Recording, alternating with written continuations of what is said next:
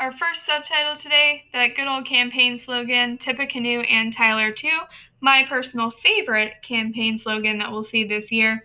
So just to review a little bit of what we did before spring break, Harrison does get elected in one of the liveliest and funniest elections in U.S. history so far, one that really tries to play up engagement with the general people and try to pull in the people to elect another popular candidate, kind of like Jackson beforehand, even though Harrison is from the opposite party. He's a Whig. So they use some catchy slogans, Tippecanoe and Tyler too being prominent among them, but also come up with one against Van Buren, saying Van is a used up man. There you go. So Harrison gets elected in a landslide election. He wins 214 electoral votes to just 60. And again, they play up the kind of frontiersman idea like Jackson had with him, living in a log cabin and drinking hard cider, even though Harrison himself was actually born into a wealthier family than Martin Van Buren was. So why does everyone have nicknames this time? Tippecanoe and Tyler too. We have Little Magician with Martin Van Buren. The answer there is it gets you elected at this time because people rely a lot on newspapers. If you have a nice catchy nickname, people are more likely to like you. So the Whigs thought Harrison would be easily manipulated, and Clay and Webster hoped to get things passed through Congress pretty quickly under Harrison, and he promised that as well.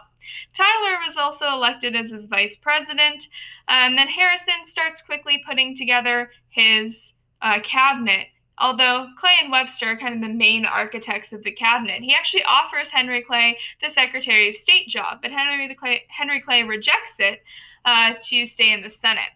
He then offers it to Daniel Webster. Daniel Webster then becomes his Secretary of State. A little bit about Daniel Webster, because we haven't talked about him very much. He's originally from Massachusetts. He was considered one of the best orators of his age, an excellent public speaker, which made him a pretty popular politician.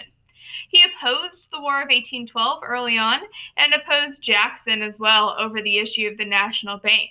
And he would later go on to lead what we call the Cotton Whigs, which were Northerners who favored keeping the South and kind of keeping good relations with the South and maintaining the Union over opposing slavery, which is a hot issue of the time. He refuses to come out strongly against slavery.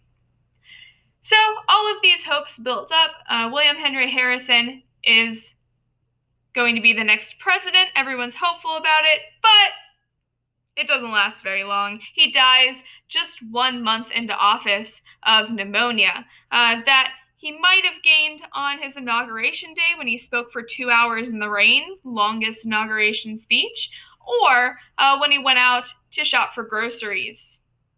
Either way, he caught pneumonia. He dies exactly a month into office, and John Tyler becomes the first unelected president. This leads to some debate over exactly what the vice president is supposed to do.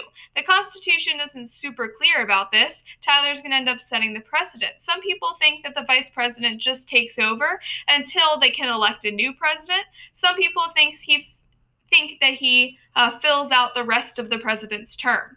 Tyler pretty much just marches in and takes over. Everyone's really upset about it, but he sets the precedent, and after this, the vice president fulfills the rest of the president's term. So that's what happens here.